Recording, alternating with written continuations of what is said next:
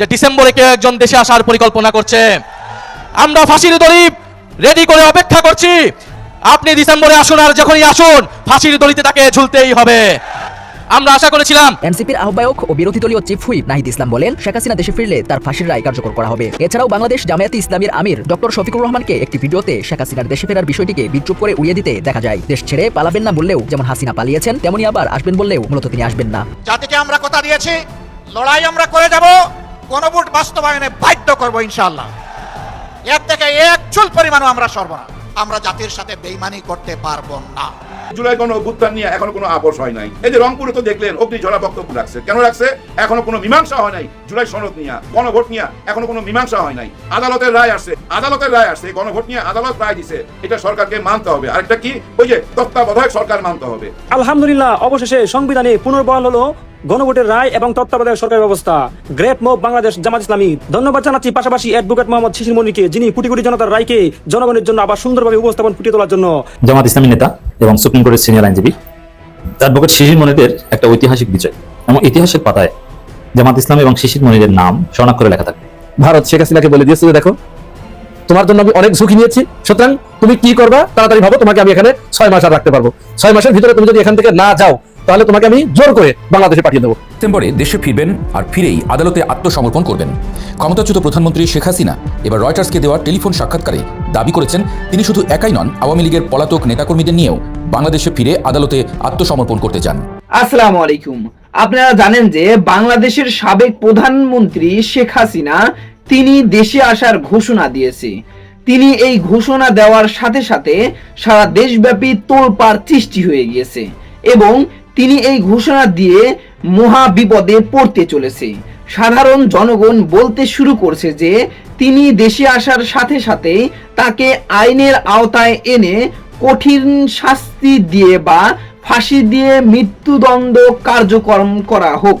যা নিয়ে ভিডিওর শুরুতেই আপনারা বেশ কিছু ভিডিওর অংশ বিশেষ ইতিমধ্যেই দেখেছেন, এবং তার সাথে জামাত ইসলাম গণভোট নিয়ে এক অবিশ্বাস্য চমক দেখিয়েছে। এ নিয়েও ভিডিওর শুরুতেই বেশ কিছু ভিডিওর অংশ বিশেষ ইতিমধ্যেই দেখেছেন। মূলত আজকের এই ভিডিওটিতে সেই সকল ভিডিওর বিস্তারিত আলোচনা দেখতে পারবেন। ভিডিওর শুরুতেই যে সকল ভিডিও দেখেছেন তা থেকে হয়তো ইতিমধ্যেই আন্দাজ করতে পেরেছেন আজকের এই ভিডিওটি কতটুকু গুরুত্বপূর্ণ হতে চলেছে। অতএব চলুন কথা না বাড়িয়ে একটি লাইক দিয়ে সম্পূর্ণ ভিডিওটি দেখে আসি। ভারতে পলাতক শেখ হাসিনার আরেকটি অডিও ক্লিপ সামাজিক যোগাযোগ মাধ্যমে ছড়িয়ে পড়েছে। এই অডিও ক্লিপে তাকে বলতে শোনা যাচ্ছে তিনি আগামী ডিসেম্বরে সদল বলে তার নেতাকর্মীদের সহ, অর্থাৎ তার সাথে যে সমস্ত নেতাকর্মীরা পালিয়ে গেছে রাতের অন্ধকারে, তারা সহ তিনি ফেরত আসবেন, বাংলাদেশে ঢুকবেন এবং আত্মসমর্পণ করবেন। আমি ফিরে আসবো খুব শীঘ্রই। আমার ফাঁসি ঠিক আছে, ফাঁসি দেবে, ফাঁসির মঞ্চ ঠিক করুক, জেলে রাখবে, জেলখানা ঠিক করুক, কিন্তু আমি আসবোই। কারণ আমার দেশের মানুষের এত অত্যাচার, জুলুম, নির্যাতন, আমি আজকে প্রত্যেকটা ইউনিয়ন পর্যায়ে মানুষের সাথে কথা বলবো, শেষ করবো, তারপর আমি আসছি। দেখি কার দড়ি কত শক্ত আর কোন জেলে রাখবে আমাকে। কথা এই পর্যন্ত হলে ঠিক ছিল, কিন্তু তারপরে আরো কিছু কথা বলেছে যে কথাগুলো নিয়ে একটু আলোচনা করা দরকার। আর তিনি এই যে ডিসেম্বরে হঠাৎ করে ফিরে আসার যে কথা বলছেন, সিদ্ধান্ত নিয়েছেন, এটি কি তার সিদ্ধান্ত নাকি অন্য কারো সিদ্ধান্ত? তাকে কি কেউ এই সিদ্ধান্ত বাতলে দিয়েছে, নাকি তিনি নিজে নিজে সিদ্ধান্ত নিয়েছেন? তিনি কি ভারতে আর থাকতে পারছেন না? তাকে কি ওখান থেকে বের করে দেওয়া হচ্ছে? আসলেই কি তিনি বাংলাদেশে ফিরে আসবেন, নাকি ডিসেম্বরে অন্য কোনো জায়গায় চলে যাবেন, আসবেন না? এই বিষয়টা নিয়ে একটু ডিটেলস আলাপ করা দরকার, কারণ খুবই গুরুত্বপূর্ণ একটা বিষয়। প্রথমে একটু আমরা আলোচনা করি যে শেখ হাসিনার এই অডিও ক্লিপ সামাজিক যোগাযোগ মাধ্যমে ছড়িয়ে পড়ার পরে আওয়ামী লীগের যে সমস্ত কম শিক্ষিত, অর্ধশিক্ষিত, উচ্চ শিক্ষিত নেতাকর্মী আছে, এরা এটা বিশ্বাস করে নিয়েছে বেদবাক্যের মতো। এখন এই নেতাকর্মীদের কাছে আমরা ছোট্ট একটি প্রশ্ন দিয়ে শুরু করতে চাই। আচ্ছা, এই মুহূর্তে শেখ মুজিবুর রহমানের বংশধরের ভিতরে তার 14 পুরুষ, শুধু শেখ হাসিনা, রেহানা, সজীব ওয়াজেদ জয়, পুতুল নয়, তার 14 পুরুষের ভিতরে এই মুহূর্তে আপনারা খুঁজে বের করুন বাংলাদেশে কয়জন আছে? কেউ আছে? উত্তর হচ্ছে না, কেউ নাই। শেখ মুজিবের 14 পুরুষের কেউ এই মুহূর্তে বাংলাদেশে নাই, আগেও ছিল না, সর্বশেষই ছিল শেখ হাসিনা। বাকি প্রত্যেকেই তাদের আখের গুছিয়ে তারা বিদেশে। তাহলে একটা জায়গায় আসতে হলে, খুঁটি গাড়তে হলে, তাবু গাড়তে হলে তার প্রথমে বংশীয় লোকজন প্রয়োজন হয়, নিজের আত্মীয় স্বজন দরকার হয়। যারা ফার্স্ট মুভেই তাকে প্রোটেক্ট করতে পারবে।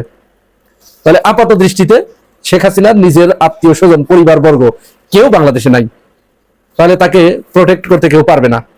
দ্বিতীয় কথায় আমরা আসি যে শেখ হাসিনা হঠাৎ করে কেন বাংলাদেশে আসার সিদ্ধান্ত নিলেন বা তিনি বলছেন, এইখানে একটা ব্যাপার আছে।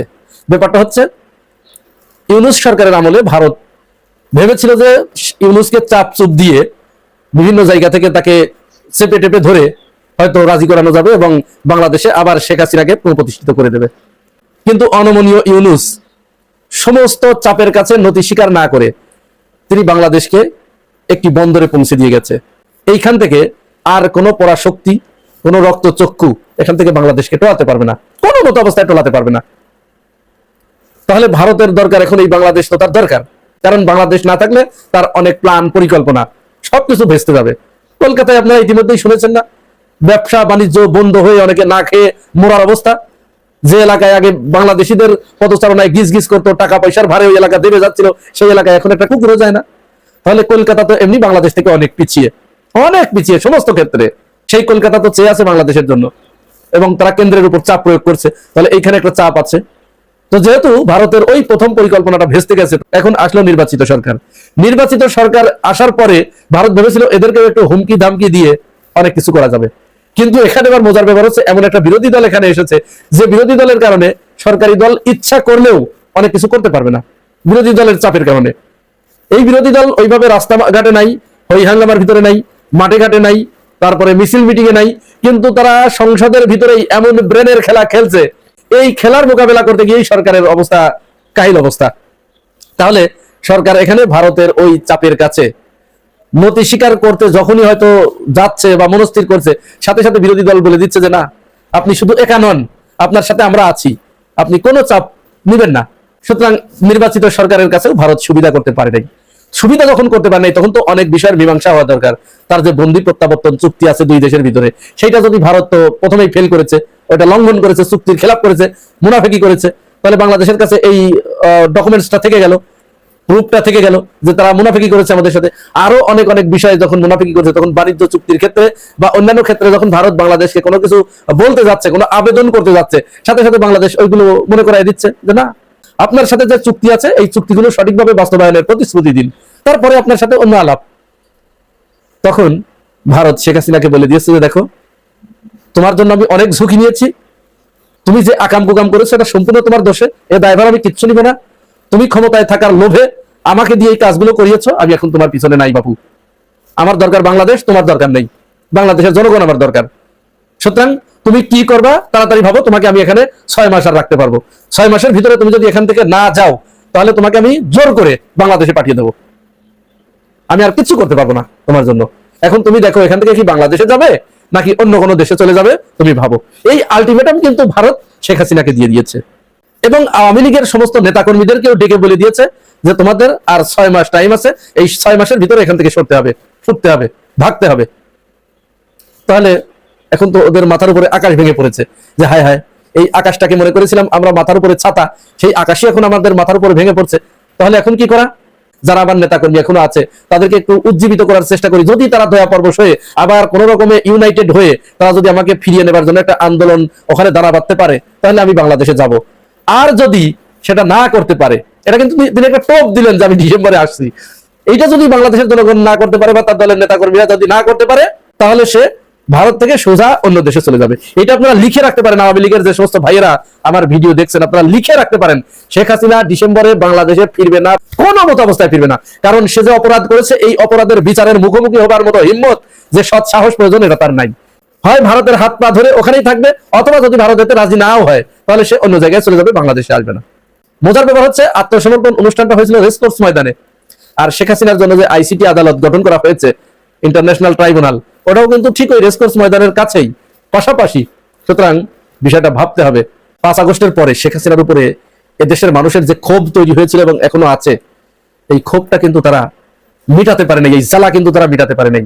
2000 জনের মতো প্রায় মানুষকে হত্যা করা হয়েছে, গুম করে ফেলা হয়েছে হাজার হাজার মানুষকে, পঙ্গু করে ফেলানো হয়েছে হাজার হাজার মানুষকে, তারা কিন্তু তাদের প্রতিশোধ নিতে পারে নাই।